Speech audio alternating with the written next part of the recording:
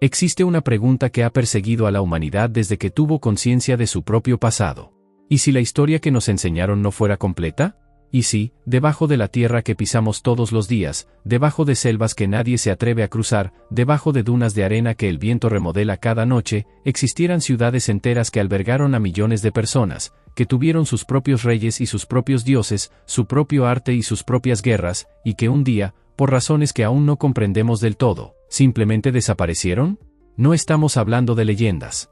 No estamos hablando de mitos inventados alrededor del fuego. Estamos hablando de civilizaciones reales, documentadas, verificadas por la ciencia moderna, que existieron en este mismo planeta y que fueron tragadas por el tiempo de una manera tan silenciosa que durante siglos el mundo entero las dio por inexistentes. Hoy, en Génesis Humana, vamos a desenterrarlas. Vamos a recorrer juntos algunos de los descubrimientos arqueológicos más impactantes de los últimos años, hallazgos que literalmente han obligado a los historiadores a reescribir los libros de texto, a revisar sus certezas más arraigadas, a admitir con una mezcla de asombro y humildad que la historia de la humanidad es mucho más vasta, mucho más compleja y mucho más apasionante de lo que jamás imaginamos. Quédate hasta el final, porque lo que estás a punto de descubrir cambiará para siempre la manera en que ves el mundo. Imagina que te dicen que en el corazón de la selva más grande y más densa del planeta, en ese laberinto verde donde el sol apenas logra tocar el suelo, florecieron hace 2.500 años ciudades tan sofisticadas, tan bien planificadas, tan sorprendentemente avanzadas, que los investigadores que las descubrieron no podían creer lo que tenían ante sus ojos. Durante décadas, siglos incluso, el consenso académico fue claro y contundente: el Amazonas era un territorio de pequeños grupos nómadas, de cazadores y recolectores dispersos que vivían en armonía con una naturaleza que no podían dominar ni controlar. Esa idea tenía una lógica aparente. La selva amazónica es un entorno hostil, agotador, implacable. Sus suelos, paradójicamente, son pobres en nutrientes, ya que estos son absorbidos casi de inmediato por la densa vegetación. Criar cultivos en masa, alimentar a decenas de miles de personas, construir infraestructuras monumentales en semejante entorno parecía, sencillamente, imposible. Pero en enero de 2024, un equipo de arqueólogos liderado por el investigador francés Stéphane Rostaing, del Centro Nacional de Investigaciones Científicas de Francia, publicó un estudio en la prestigiosa revista Science que sacudió los cimientos de todo lo que se creía saber sobre las civilizaciones amazónicas. El lugar era el Valle de Upano, ubicado en la provincia amazónica de Morona Santiago, en Ecuador, aproximadamente a 380 kilómetros al sureste de Quito. Rostaing llevaba más de 30 años trabajando en esa zona. 30 años caminando entre árboles, excavando la tierra, encontrando fragmentos de cerámica pintada, jarras con residuos de cerveza de maíz, montículos de tierra que parecían no tener un patrón claro. Durante todo ese tiempo, los hallazgos fueron modestos, interesantes pero no extraordinarios. Y entonces llegó el LIDAR. LIDAR son las siglas de Light Detection and Ranging, es decir, detección y localización por láser.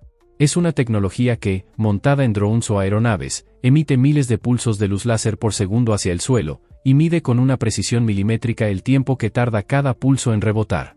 El resultado es un mapa tridimensional del terreno de una exactitud asombrosa, capaz de atravesar capas enteras de vegetación densa y revelar lo que se esconde debajo como si la selva simplemente no existiera.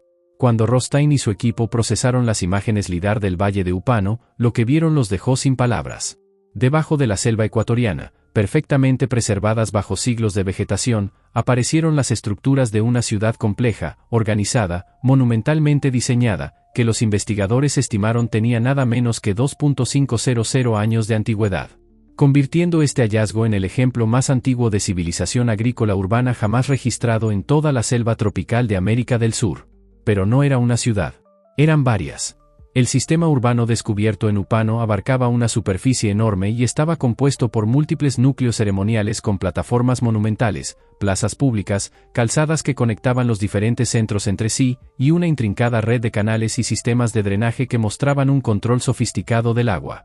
Las plataformas arquitectónicas más grandes medían más de 140 metros de longitud.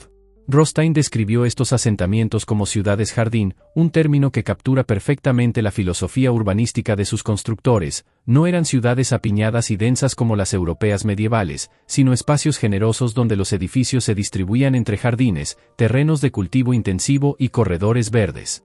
En el estudio publicado en Science, los investigadores señalaron explícitamente que los principales núcleos ceremoniales de Upano eran comparables en escala y complejidad con otras grandes culturas del mundo antiguo, como la civilización de Teotihuacán en México o los complejos funerarios de la meseta de Giza en Egipto.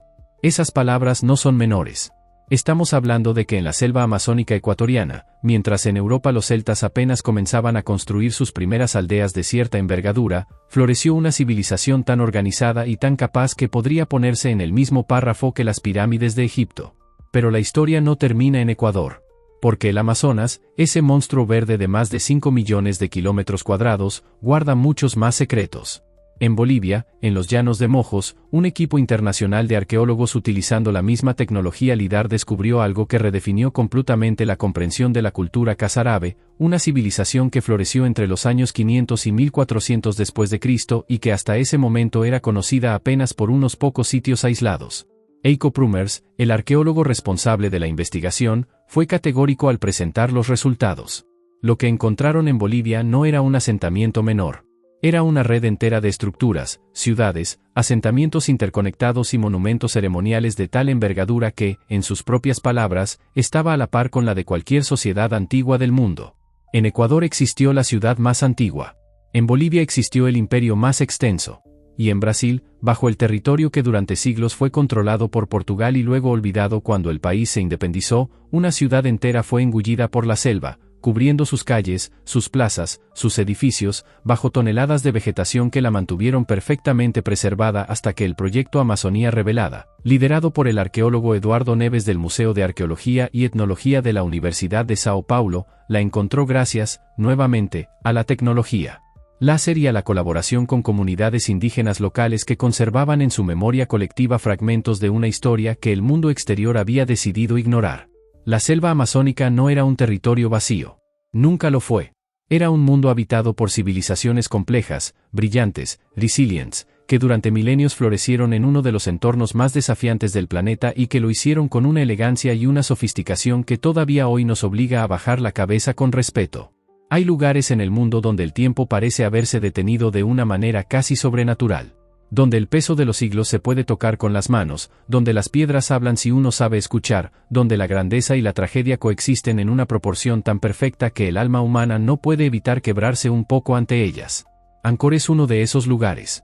Situada en el corazón de Camboya, en un valle fértil atravesado por el río Tonle Sap, la ciudad de Angkor fue durante 6 siglos la capital del Imperio Khmer, uno de los imperios más poderosos y sofisticados que el continente asiático jamás produjo. Pero Angkor no es simplemente una ciudad antigua. Angkor es una declaración de principios. Es la materialización en piedra de la ambición humana más desmesurada, de la convicción profunda de que los seres humanos podemos construir algo tan grande, tan perfecto, tan duradero, que desafíe la impermanencia de todo lo que existe. El Imperio Khmer surgió a comienzos del siglo IX, cuando el rey Jayavarman II se proclamó Chakrabartin, soberano universal, y se autoproclamó Dios Rey, es decir, la manifestación viviente de la divinidad en la tierra. Esta idea no era una mera convención política. Era la columna vertebral teológica sobre la que se construyó todo el imperio. Cada rey era un dios encarnado. Cada templo era la representación terrenal del monte Meru, la montaña sagrada del hinduismo, la morada de los dioses y el eje del universo. Cada canal, cada estanque, cada foso que rodeaba los templos era una representación del océano cósmico que, según la cosmología hindú, rodeaba el centro del universo. Lo que construyeron los Khmer en Angkor no era, desde su perspectiva, arquitectura. Era cosmología materializada. Era la ciudad de los dioses construida en la tierra por manos humanas. Y lo que construyeron es, objetivamente, una de las hazañas más extraordinarias de toda la historia de la humanidad. En su apogeo, durante los siglos XII y XIII, Angkor era la ciudad más grande del mundo preindustrial. No una de las más grandes. La más grande. Con una extensión estimada en más de 200 kilómetros cuadrados y una población que los estudios más recientes, utilizando datos de excavaciones arqueológicas combinados con algoritmos de aprendizaje automático, estiman en entre 700.000 y 900.000 habitantes, Angkor no tenía rival en el mundo de su época. Para ponerlo en perspectiva, cuando Angkor alcanzó su máximo esplendor en el siglo XII, la ciudad de Londres tenía apenas 50.000 habitantes. Angkor albergaba casi 20 veces más personas.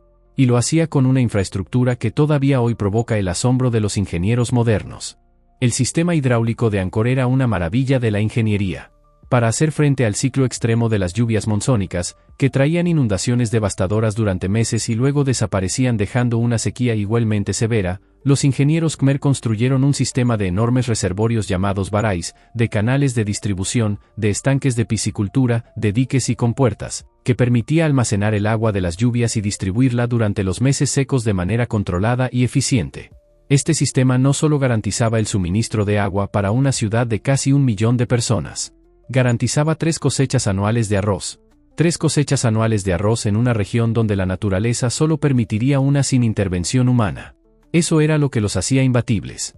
Eso era lo que convirtió a Angkor en el centro de un imperio que en su máxima extensión abarcó los territorios que hoy ocupan Camboya, Laos, Vietnam y Tailandia. Y luego está Angkor Wat, el templo más grande jamás construido por la humanidad. Construido en el siglo XII bajo el reinado del rey Suryavarman II, quien según las leyendas asesinó a su propio tío para acceder al trono, Angkor Wat cubre una superficie de 80 hectáreas y está rodeado por un foso perimetral de más de 3 kilómetros de longitud. Para construirlo, se necesitaron 300.000 trabajadores. La piedra arenisca utilizada fue transportada desde las canteras de la montaña de Phnom Kulen, a más de 37 kilómetros de distancia, a través de una red de canales artificiales que los constructores Khmer diseñaron específicamente para reducir la distancia de transporte. Sus torres en forma de loto se elevan a más de 55 metros de altura. Sus paredes albergan 1.200 metros cuadrados de bajorrelieves tallados con una precisión y un detalle que narran 8 historias diferentes del hinduismo en una secuencia continua de imágenes que no tiene parangón en ninguna otra cultura del mundo. En las paredes de Angkor Wat viven casi 1.800 figuras de mujeres llamadas apsaras, ninfas divinas celestiales, cada una tallada con un peinado diferente, cada una con una expresión única, cada una obra de arte en sí misma. Los arqueólogos han identificado 37 estilos distintos de peinado entre las apsaras de Angkor Wat. Ninguna es igual a otra. Si Angkor Wat representa el cenit del genio humano, su abandono representa uno de los misterios más profundos de la historia. Porque Angkor no fue destruida.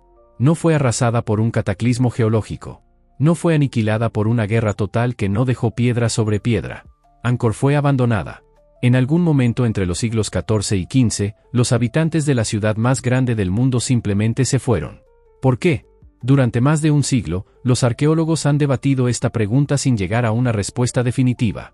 Las teorías más sólidas apuntan a una combinación perversa de factores: las invasiones del reino de Ayutthaya desde el actual territorio tailandés, que en 1431 lograron saquear la ciudad y obligar a la corte real a trasladarse hacia el sur. El agotamiento ecológico producido por siglos de construcción masiva y deforestación que erosionaron los suelos y redujeron la productividad agrícola, y, crucialmente, el colapso del sistema hidráulico provocado por episodios de sequía extrema y de inundaciones catastróficas, fenómenos climáticos que los estudios modernos de anillos de árboles y sedimentos lacustres han logrado identificar con precisión y que apuntan a perturbaciones climáticas severas durante los siglos XIV y XV. La selva tropical reclamó gradualmente lo que le habían quitado. Las raíces de los árboles se introdujeron entre las juntas de las piedras con la paciencia infinita de la naturaleza. Los canales se llenaron de sedimentos. Los barais se vaciaron. Las calles desaparecieron bajo capas de vegetación. Y durante 4 siglos, Angkor esperó en silencio. Hasta que en 1860 un naturalista francés llamado Henry Mouhot, que se había internado en la jungla camboyana en busca de mariposas exóticas, se topó con algo que no podía comprender. Sus notas de campo, publicadas póstumamente, describieron lo que vio con las palabras de alguien que acaba de ver algo que su mente no estaba preparada para procesar. Aquel lugar, escribió Mouhot, rivalizaba con los templos del antiguo Egipto y superaba a las obras maestras de Grecia y Roma. El mundo occidental tardó un momento en procesar esa información. Y luego la conmoción fue total. Pero hay algo que es necesario aclarar, porque es un detalle que la historia oficial suele omitir con una comodidad que resulta, cuando menos, sospechosa. Angkor nunca fue realmente perdida para los camboyanos. Los monjes budistas nunca dejaron de habitar Angkor Wat. Los campesinos locales conocían la ubicación de los templos. La idea de que Angkor era una ciudad perdida fue una construcción del imaginario europeo del siglo XIX, que necesitaba creer que había algo perdido para poder reivindicarse como el que lo encontraba. Angkor no estaba perdida. Angkor estaba esperando a que el mundo la mereciera de nuevo. El año 2023 comenzó con una noticia que circuló por los medios científicos del mundo como una corriente eléctrica. En la densa selva de la península de Yucatán, en México, específicamente en la Reserva Ecológica de Balamcú, al sur del estado de Campeche, un equipo de arqueólogos del Instituto Nacional de Antropología e Historia de México utilizó tecnología lidar aerotransportada para explorar una región que, por la densidad de su vegetación, había resultado imposible de estudiar con métodos convencionales durante décadas. Lo que encontraron fue una ciudad maya completamente desconocida hasta ese momento, a la que los arqueólogos bautizaron como Ocotún, una palabra del maya yucateco que significa columnas de piedra, en referencia a las numerosas columnas de piedra que pueblan el sitio. Ocotún abarca más de 48 hectáreas de terreno, aunque el núcleo principal de la ciudad cubre más de 50 hectáreas según los datos más recientes del INAH. Dentro de sus límites se identificaron plazas públicas de diferentes tamaños, campos de pelota rituales, plataformas elevadas utilizadas para ceremonias religiosas, altares rituales, casas de élite con arquitectura elaborada, y varios templos piramidales, el más grande de los cuales supera los 24 metros de altura. Los investigadores estiman que Ocotún floreció desde aproximadamente el año 250 después de Cristo, durante el periodo clásico de la civilización maya, hasta que fue abandonada entre los años 900 y 1000 después de Cristo, en el marco del gran colapso que acabó con decenas de ciudades mayas del sur en ese periodo catastrófico. Pero 2023 no fue el único año en que la tecnología lidar le devolvió ciudades perdidas a la civilización maya. En 2024, un equipo de especialistas del INAH y académicos de las universidades de Arizona y Houston identificó un nuevo sitio arqueológico maya en la península de Yucatán denominado Valeriana, que abarca una superficie de 16.6 kilómetros cuadrados y fue detectado, de nuevo, mediante la tecnología lidar. Valeriana muestra vestigios de infraestructura agrícola y estructuras características del periodo clásico, lo que sugiere que existió una densidad poblacional extraordinariamente alta en la región de Campeche durante esa época.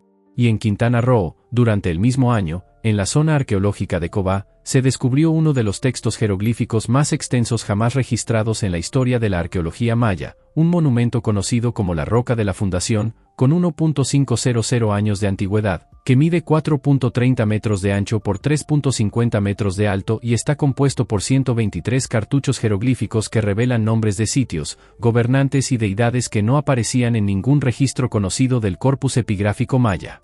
123 cartuchos que narran historias que nadie había leído en más de 1000 años.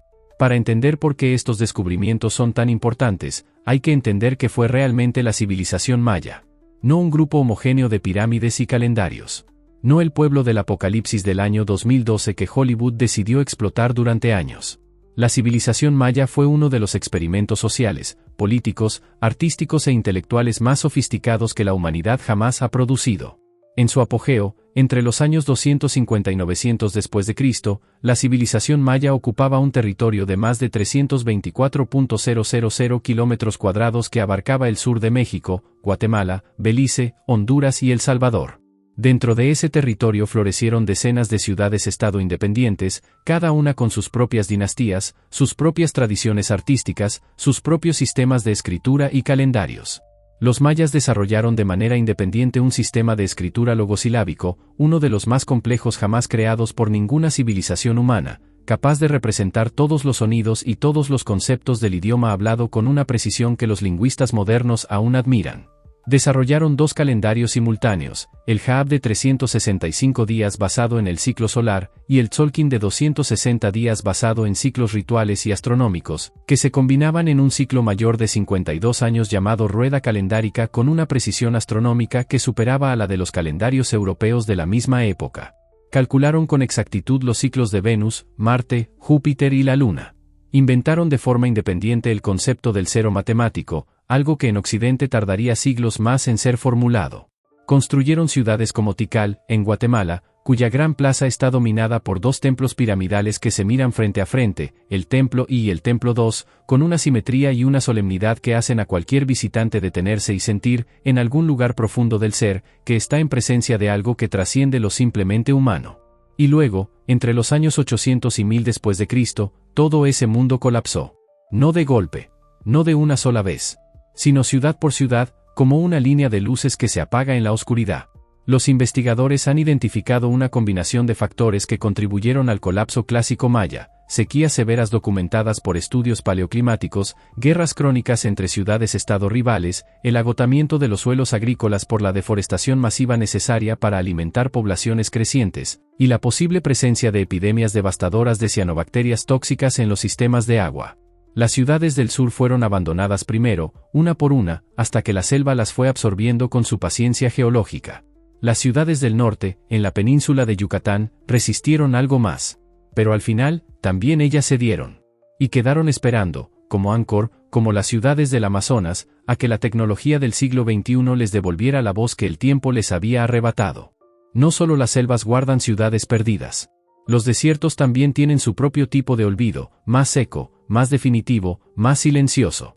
En el año 2024, un equipo de investigadores de la Universidad de Washington en St. Louis utilizó imágenes de satélite y datos LIDAR para explorar una región del sureste de Uzbekistán que había estado en el corazón de la ruta de la seda durante siglos. Lo que encontraron superó todas las expectativas.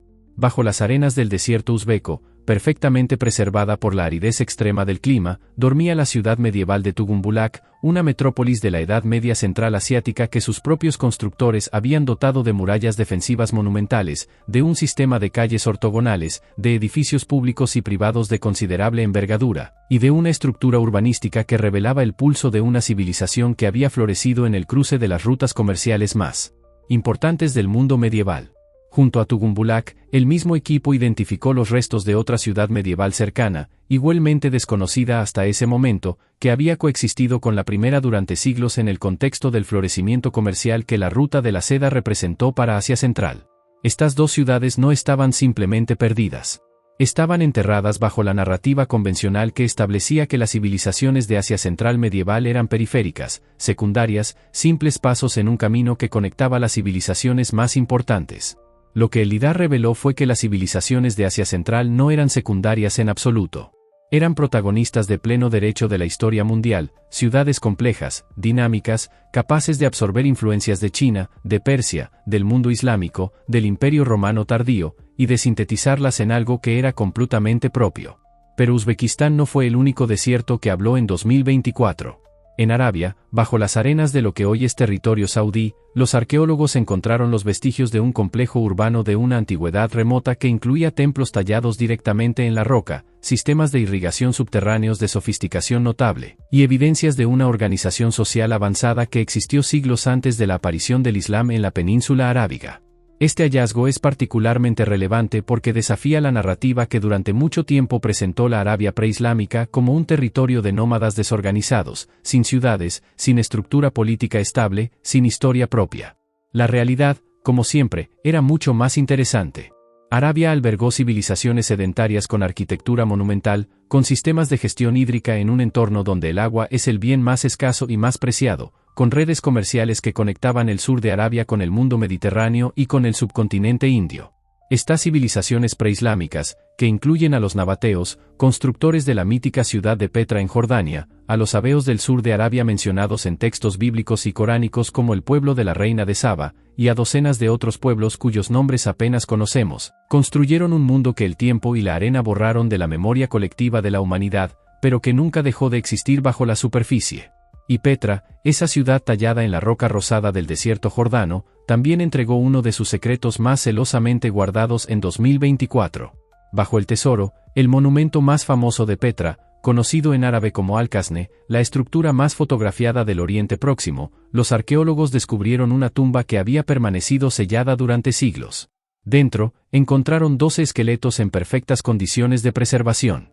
Estos restos humanos ofrecen una ventana única hacia las costumbres funerarias, las prácticas rituales y la composición social de los nabateos, ese fascinante pueblo árabe de comerciantes que construyó uno de los imperios mercantiles más exitosos de la antigüedad, que controló durante siglos las rutas del incienso y las especias entre Arabia, el Mediterráneo y la India, y que dejó a la humanidad Petra como testimonio eterno de su capacidad para convertir una roca en una obra de arte. No podríamos hablar de ciudades perdidas sin mencionar una de las historias más fascinantes, más trágicas y más profundamente humanas que el mundo de la exploración jamás ha producido. En 1925, el coronel Percy Harrison Fawcett, oficial del ejército británico, topógrafo de renombre, explorador veterano de varias expediciones por las selvas y ríos de América del Sur, se adentró en la selva del Mato Grosso, en el centro de Brasil, acompañado de su hijo Jack y de un amigo de este llamado Raleigh Rimmel. El objetivo de la expedición era encontrar lo que Fawcett llamaba la ciudad de Zeta. Una ciudad que, según Fawcett, era la prueba material de que en el Amazonas había florecido una gran civilización avanzada, con arquitectura monumental, con escritura, con arte, con una organización social comparable a las grandes civilizaciones del Viejo Mundo. Fawcett basaba su convicción en varios elementos: sus propias observaciones durante años de exploración de la Amazonía, los relatos de indígenas que hablaban de ciudades brillantes en el interior de la selva, y un documento fascinante conocido como el manuscrito 512, guardado en la Biblioteca Nacional de Brasil, que se atribuye al explorador portugués João da Silva Guimarães y que, en 1753, describía en detalle las ruinas de una ciudad antigua que su expedición había encontrado en el interior de Brasil, con arcos, estatuas, templos con inscripciones extrañas, y una grandiosidad que lo había dejado sin palabras. El 29 de mayo de 1925, Fawcett envió una última carta a su esposa Nina. En ella escribía que esperaba entrar en contacto con la antigua civilización en un mes. Esa fue su última comunicación con el mundo exterior. Fawcett, su hijo y su amigo desaparecieron en la selva del Mato Grosso sin dejar rastro. A lo largo de los años siguientes, más de 100 personas, organizadas en 13 expediciones diferentes, se adentraron en la selva amazónica en busca de Fawcett o de alguna señal de su destino. La mayoría no regresó. Durante décadas, la historia de Fawcett fue tratada por la comunidad científica como el caso prototípico del explorador romántico que dejó que sus fantasías lo llevaran a la muerte. La ciudad de Zeta, decían los escépticos, no existía. El Amazonas era lo que siempre había sido, un territorio sin historia, sin ciudades, sin civilización. Y entonces, en la última década del siglo XX, el antropólogo Michael Eckenberger encontró algo en el río Xingu, en la misma región donde Fawcett había desaparecido. En Cuicugu, en la orilla oriental del lago del mismo nombre, Eckenberger identificó los vestigios de un asentamiento de gran envergadura, con zanjas defensivas, empalizadas, caminos, presas, estanques de piscicultura. Y a su alrededor, conectados por caminos que la selva había absorbido casi por completo, los vestigios de decenas más de asentamientos similares. Juntos, estos asentamientos sugerían que en el Alto Xingu había vivido, hace entre 1.500 y 400 años, una población de hasta 50.000 personas organizada en una red de ciudades interconectadas. ¿Era eso la ciudad de Zeta de Fawcett? Muchos investigadores creen que sí, o al menos que Fawcett había captado, con la intuición extraordinaria de un explorador que había pasado su vida en la selva, la huella de algo real que la ciencia de su época no era capaz de confirmar. La tragedia de Fawcett no es que fuera un loco que persiguió una fantasía. La tragedia de Fawcett es que tenía razón, y el mundo no estaba preparado para creerle. Si hay un protagonista silencioso de esta historia, un personaje que nunca aparece en los libros de aventuras ni en las películas de arqueología pero que está transformando de manera radical la forma en que entendemos el pasado de la humanidad, ese protagonista es la tecnología. Y en particular, el LIDAR. Hemos mencionado el LIDAR varias veces a lo largo de este viaje. Pero merece un momento de atención completa, porque lo que esta tecnología está haciendo con la arqueología es verdaderamente revolucionario. Hasta hace apenas 2 décadas, el proceso de descubrir una ciudad perdida era exactamente lo que el nombre sugiere, una aventura a pie, con machetes, brújulas y mapas incompletos, en condiciones físicas extremas, a veces mortales. Incluso los sitios conocidos resultaban imposibles de mapear con precisión porque la vegetación impedía ver la extensión real de las estructuras. El LIDAR cambió todo eso. Montado en drones o en aeronaves pequeñas, el LIDAR puede escanear en pocas horas la misma superficie que un equipo de arqueólogos tardaría décadas en estudiar a pie. Puede penetrar capas densas de vegetación con una precisión de centímetros. Puede revelar en tiempo real estructuras que llevan siglos esperando bajo la tierra. Puede mapear en 3 dimensiones ciudades enteras antes de que ningún arqueólogo haya puesto un pie en el lugar. Y los resultados están siendo extraordinarios. Angkor resultó ser mucho más grande de lo que se pensaba, con una extensión posible de hasta 3.000 kilómetros cuadrados. Las ciudades mayas de la península de Yucatán resultaron estar interconectadas por una red de calzadas cuyos trazados completos nadie había visto antes.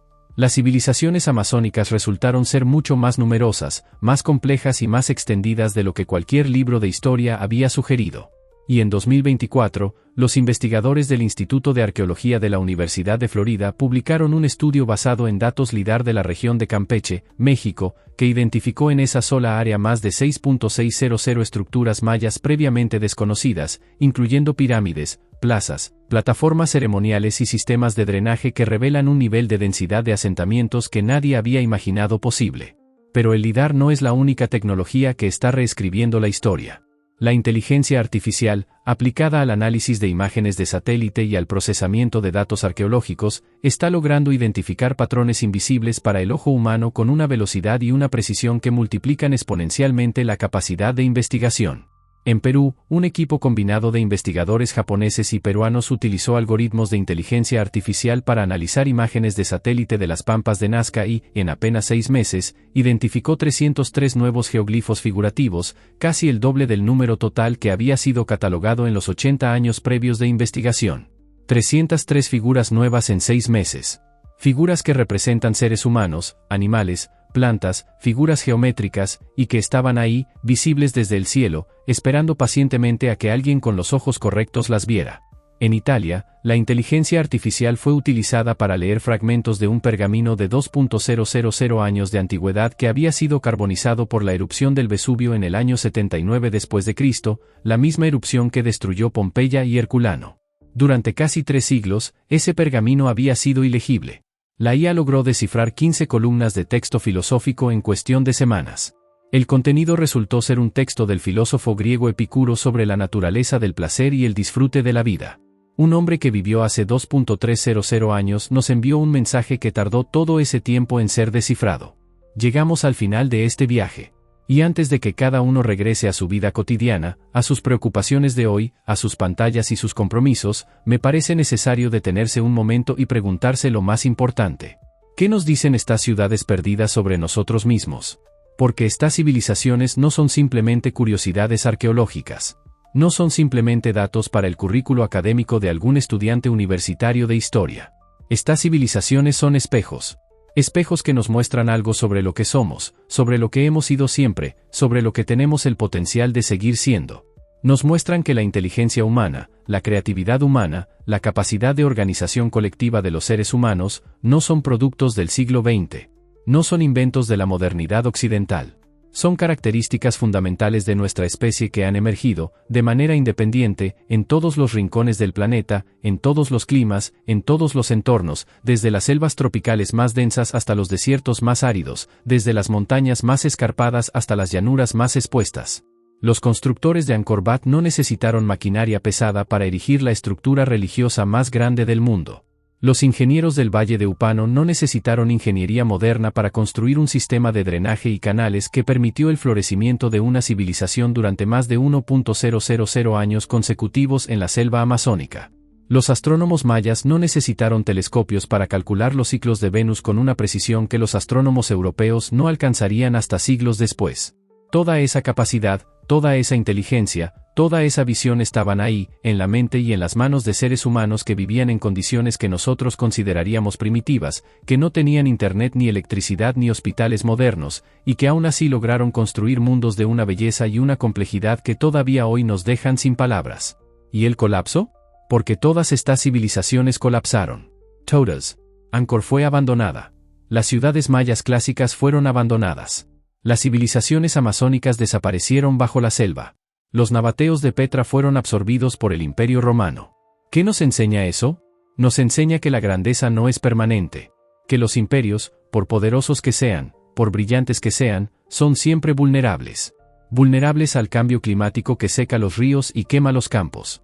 Vulnerables a la desigualdad social que convierte a los súbditos en enemigos. Vulnerables al agotamiento de los recursos naturales que durante generaciones nadie consideró finitos. Vulnerables, en definitiva, a su propia arrogancia. El colapso del Imperio Khmer está siendo estudiado hoy no solo como un hecho histórico fascinante, sino como un modelo predictivo. Los investigadores que analizan las causas de la caída de Angkor lo hacen con una urgencia que va más allá de la curiosidad académica, porque los factores que destruyeron Angkor, el cambio climático, la sobreexplotación de los recursos naturales, la tensión entre el poder central y las regiones periféricas, la incapacidad de los sistemas de gestión del agua para adaptarse a condiciones climáticas extremas, son los mismos factores que hoy, 600 años después, amenazan con crear nuevas crisis en un mundo que sigue sin haber aprendido del todo la lección. Estas ciudades perdidas no son reliquias del pasado. Son advertencias del futuro. Antes de despedirnos, hay una última cosa que necesitas saber. Lo que hemos descubierto hasta ahora es solo el principio. Según los arqueólogos más optimistas, apenas hemos explorado entre el 5 y el 10% de los sitios arqueológicos conocidos en el mundo.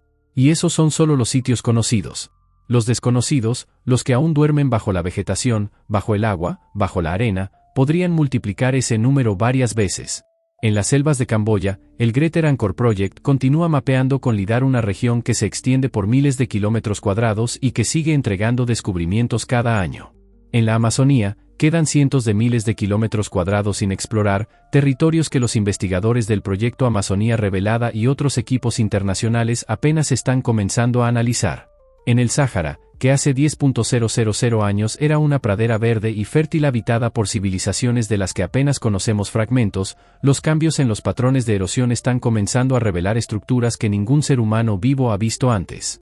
En el fondo del mar, las ciudades costeras que quedaron sumergidas cuando el nivel del océano subió al final de la última era glacial hace 12.000 años esperan, en una oscuridad perfecta, a que la tecnología submarina sea suficientemente avanzada para encontrarlas. El mundo está lleno de historias que todavía no han sido contadas. De civilizaciones que todavía no han sido encontradas. De ciudades que todavía no han escuchado el sonido de una voz humana en siglos o en milenios. Y cada una de ellas tiene algo que decirnos. Algo sobre lo que somos. Algo sobre lo que hemos sido. Algo sobre lo que podemos ser. El pasado no está muerto. El pasado está esperando. Y nosotros, en Génesis Humana, seguiremos buscándolo.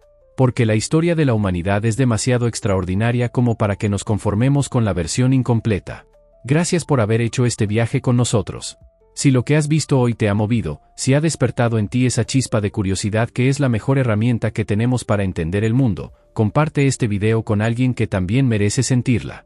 Y no olvides suscribirte a Génesis Humana, porque lo mejor está por venir. El mundo tiene más secretos que días en el año. Y nosotros estamos comprometidos a desenterrarlos, uno por uno. Hasta la próxima, Sare.